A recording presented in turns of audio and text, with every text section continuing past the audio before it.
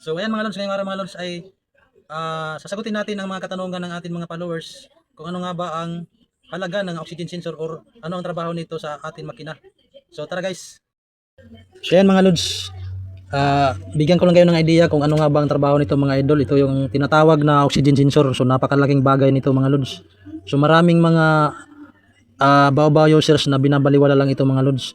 Sa TBS man yan o sa RE Bajaj, pare-parehas lang yan mga idol, mayroon tinatawag na oxygen sensor. So ano nga ba ang trabaho nito mga idol or gaano nga ba ito kaimportante? So ito mga idol ay sinisins niya or siya ang didetect kung may mali dito sa mga ginagawa ng mga sensor na ito. At saka ito, paano niya na-detect mga idol? Halimbawa, lumabas dito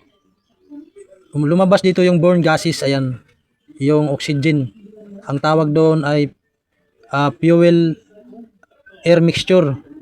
So pag lumabas dito yung fuel air mixture, malalaman niya ngayon kung tama ba yun o hindi. So mayroon tayong tinatawag na lean or rich. Pag sinabing rich mga idol, mataas ang gasolina, mababa ang hangin. Pag lumabas dito yung rich na sinasabi ko, madidetect niya mga idol. Or kung lean naman mga idol, mababa ang gasolina, mataas ang hangin. Pag dumaan dito, mababasa rin niya mga idol. Kaya ipapailawin niya yung dashboard para makita ng driver na may problema sa ating makina. Iilaw yung check engine ngayon mga idol. So, mayroon dahilan kung bakit iilaw. Una, nadetect niya ang maling mix, nadetect niya ang maling fuel air mixture or mayroon problema dito sa atin sensor. Maaring putol ang wire or sira na itong ating sensor or madumi na. Pero ang trabaho niya talaga mga idol ay basahin yung lumalabas dito na oxygen kung tama ba o hindi. Ngayon mga idol, kung ang lumabas dito ay lean or rich, ibig sabihin mataas. Pag sinabing rich, mataas ang gasolina, mababa ang hangin. Pag sinabi namang lean, mataas ang hangin, mababa ang gasolina. So may problema yan dito sa atin makina sa combustion chamber, mayroon niyang singaw. So una-unang nagiging sala rin dyan mga idol, pag sinabing rich or lean, ito yan mga idol, itong atin map sensor. Ano ba ang trabaho ng map sensor? Pag nagbukas kasi tayo, pag nag-accelerate kasi tayo mga idol, ibig sabihin kung gaano ka lakas yung pihit natin, yun din ang bukas dito sa atin throttle body. Magbubukas yan ng malaki.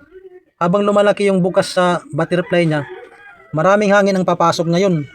Madidetect yan ni map sensor.